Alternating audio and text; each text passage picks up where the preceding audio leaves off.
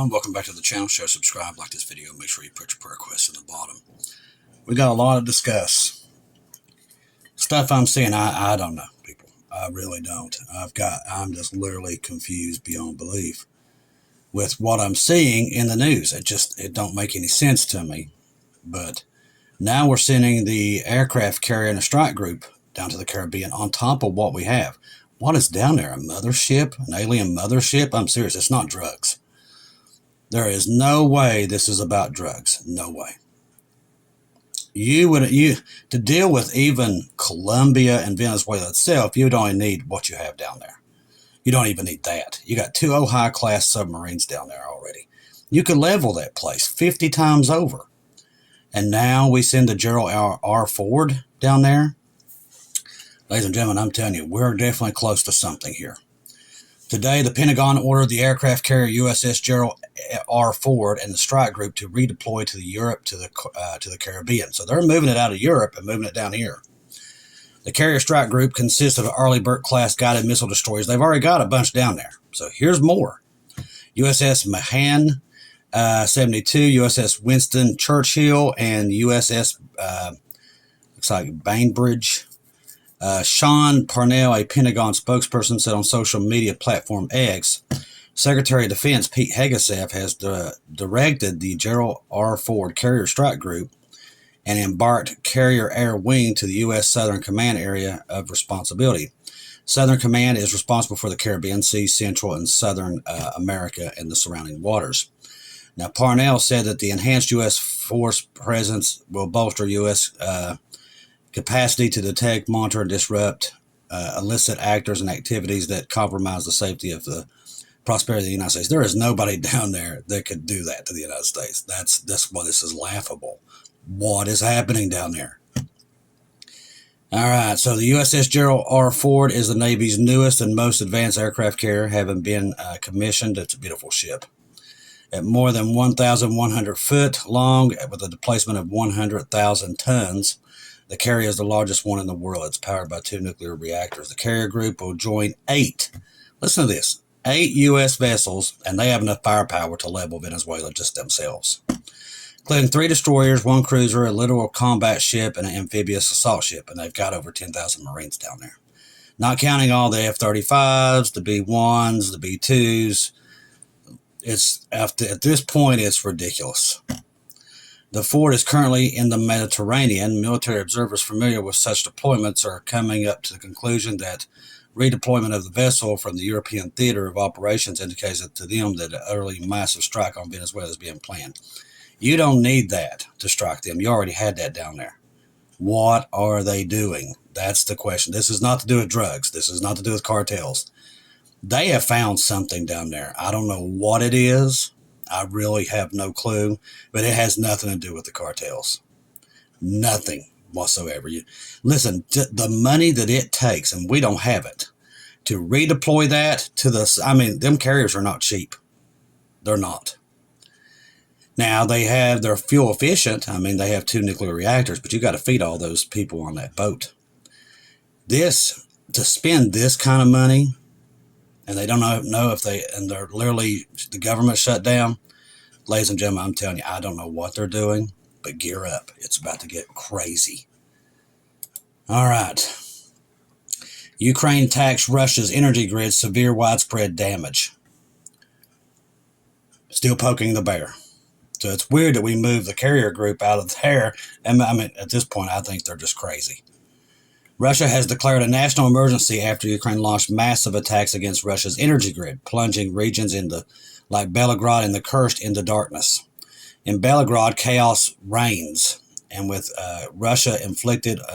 what Russia's inflicted on Ukraine in previous winters, is now being inflicted on Russia itself. Like I said, it's only a matter of time. Clock's a ticking. The crisis began after a wave of Ukraine strikes against Belgorod energy network. Locals reported loud explosions followed by immediate blackouts. Same thing now. That's a cold place on both of them sides. You just think about the children. As Ukraine drones first hit key transformers through the city, within hours another barrage hit the Belgorod thermal power plant. They do not care about hitting these plants. leaving 40,000 people without electricity. Footage shows that the Luch power station engulfed in flames, with emergency services unable to contain the fire. Belgorod governor urged residents to find alternate power sources and rely on generators after the Ukraine missiles and drones wiped out their city's main power systems. But the order borders on absurdity due to the Russia's worsening fuel crisis. Local authorities have simultaneously, the word it just keeps giving, prohibited citizens from filling jerry cans with gasoline. Oh my God. Lord Jesus, come quickly. That's all I can say at this point. Just come quickly. Oh, there's poor people around the world. It's not just here, it's everywhere. Rough times. Good times for us because we know we're about to get out of here, but the world is hurting. Panic spread quickly as residents realized that there is no backup plan or realistic solutions coming from the government. Gas stations were ordered to conserve. As I told you, they're already waiting in lines for 2 hours. Supplies for critical infrastructure only, leaving civilians trapped in the dark. Now remember, Russia's a cold place. Hopefully they have wood-burning stoves. They'll man people of Ukraine. Cursed regions soon followed as Ukraine drones hit transmission lines, causing widespread outages. Now, all this was talking about, bringing all these people to every time they talk about bringing people to the table, this happens right after it. Ukraine officially confirmed from both Belgorod and Kursk were without power.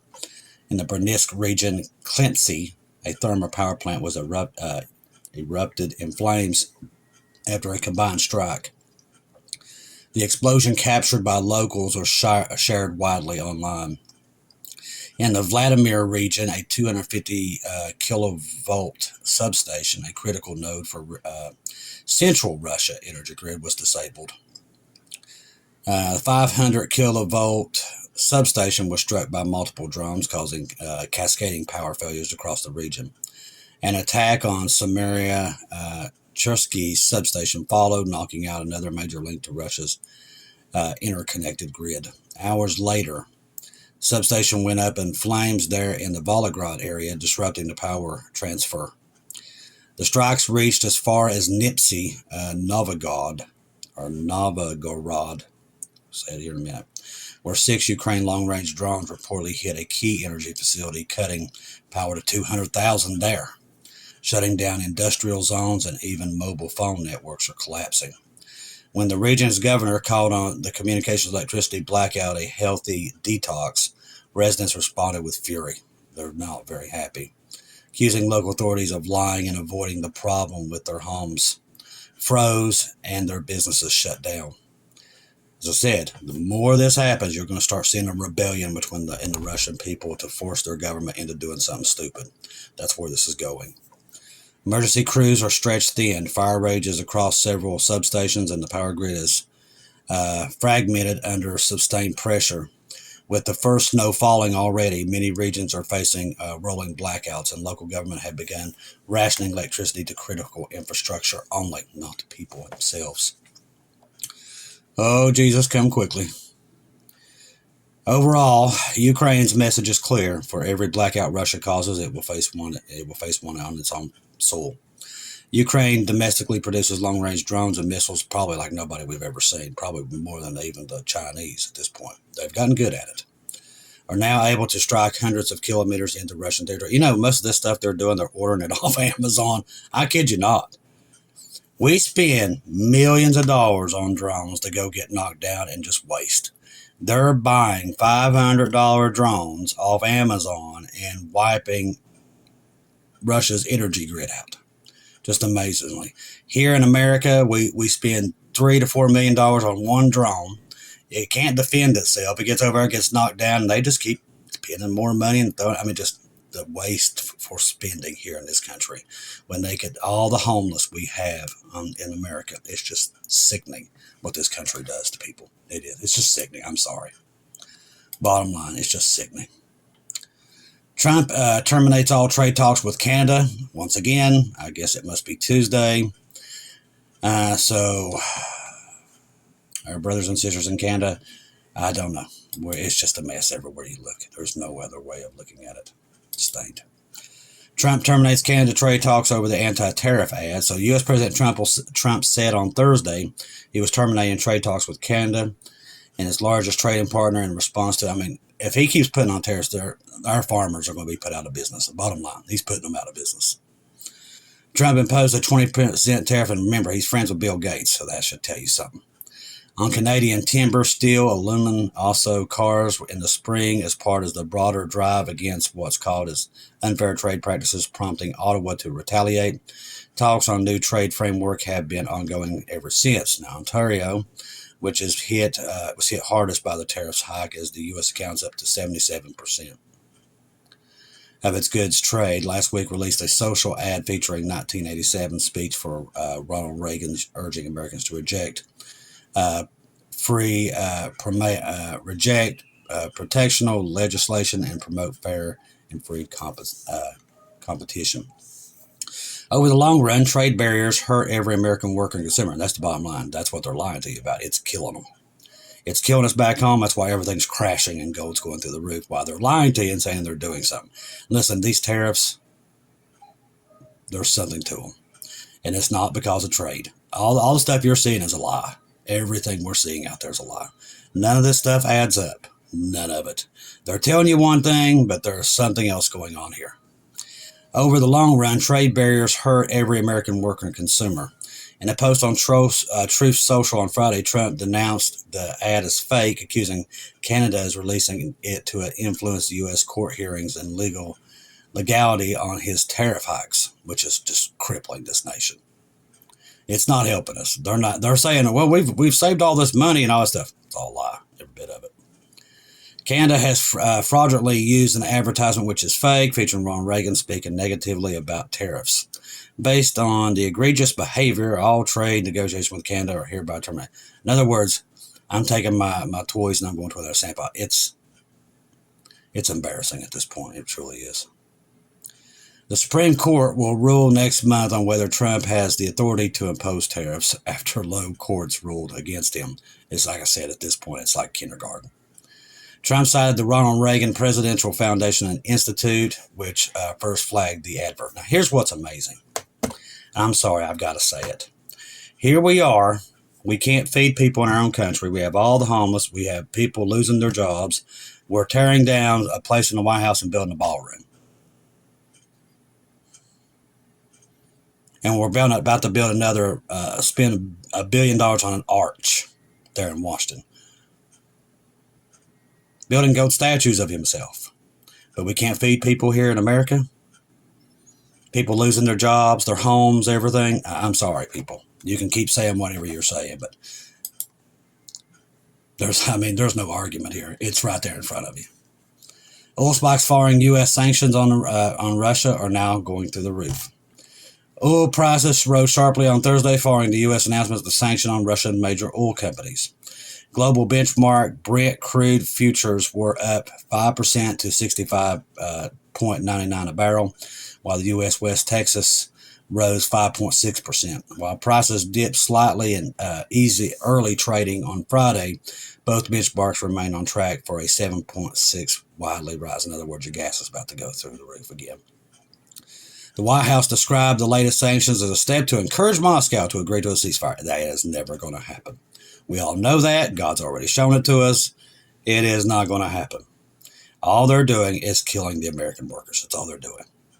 The White House described the latest sanctions as a step to encourage Moscow must address the conflict's root causes. It has accused Kiev and the Western backers of refusing to negotiate in good faith and undermining peace efforts. The thing is, you can't trust Putin. He's a dictator, okay?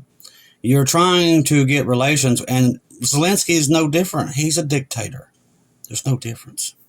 Problem is, my brothers and sisters, we're dealing with a bunch of evil men around this world that have a lot of power.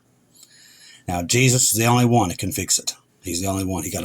When we are pulled out of here, then he will deal with this. But there's no way. You're talking about the swamp? The swamp is global. It's not just here in America. It's everywhere.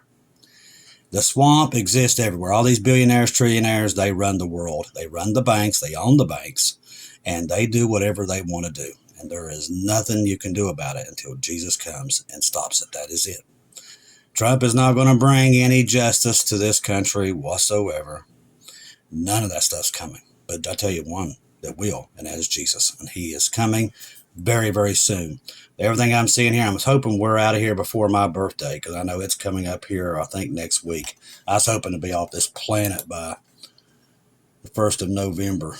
But it looks like might end up still being here. So I'm hoping we're out of here before November the 1st. That is the truth. Because with everything I'm seeing, I don't know what they're planning and what they're doing, but it is literally chaos out there. Why we just sent a carrier group down there with us with no government spent, the government shut down everything, and that's so I just know the money that it takes to send a strike group like that down there and move it out of one theater and move it to another. So where are they coming up with all this money? They can come up with that money, but they can't help people with their SNAP. I'm sorry. At this point, we're in chaotic times, and a lot of people, a lot of these elderly, I can understand, people upset about the younger people, but some of them, even their cases are good. But the elderly people that depend on that, and they can't hardly get nothing off of it. And it's just a mess. But the good news is our blessed hope knows all this, and he's on his way to get us. We know we're in that time period. We're watching everything. We're in that window. Just like I said, we're here to talk up until we're gone, comfort each other with these words that he is coming. And that's why God put me here, is to be here to tell you he's coming. And he is. And he does not break his promises. He knows exactly what they're doing. I'm just here to reassure you that that is what's coming. He is coming. Now, a lot of people are giving up on him, but I never do. And don't you, because don't lose your crown. Because I'm telling you, he's going to sneak up on everybody. That's what our Father does. He's going to sneak up. Surprise! And I'm telling you, we're gone. Everything we're seeing with Israel, a lot of stuff coming out. We'll cover that in this evening's broadcast. There's a lot of stuff, a lot of grumblings coming out there again today about Trump forcing them and some of the stuff Trump is saying about them. There is a lot of stuff on the plate right now. A lot of stuff. We're still watching San Francisco. It rumbled all night. We're watching that area all the way up and down the West Coast, even down in Los Angeles. That area was also last night, was seeing a lot of activity. So we got our eyes on everything. We're watching. The emergency action messages have been off the charts, and I'm sure that New York Prepper is covering this real well. He'll probably cover it tonight in a live broadcast, especially now that the carrier strike group has made its way down there. So we got a lot of things moving, a lot of moving parts. Europe, the Caribbean, the Middle East, it's everywhere. Expect the blessed hope to come at any moment, okay? Trust the gospel. 1 Corinthians 15, 1-4. Jesus died on the cross for our sins, past, present, future. He died, was buried, rose again on the third day, according to the scriptures. Trust in Jesus and Jesus alone. Confirm everything through him. Do not take your eyes off of him, people. He's here. Like I said, he's going to snake up and go, hi, and people are going to be caught off guard. But the good news is he is coming, and he knows our situation. He sees all these people and all his people hurting just like this. He sees it. He knows. And the good thing is, when you have faith, you know he knows. And he will get it done. And he'll fix it. That's what he does. And trust me, when he comes down here, there won't be no swamp. He's going to fully drain it.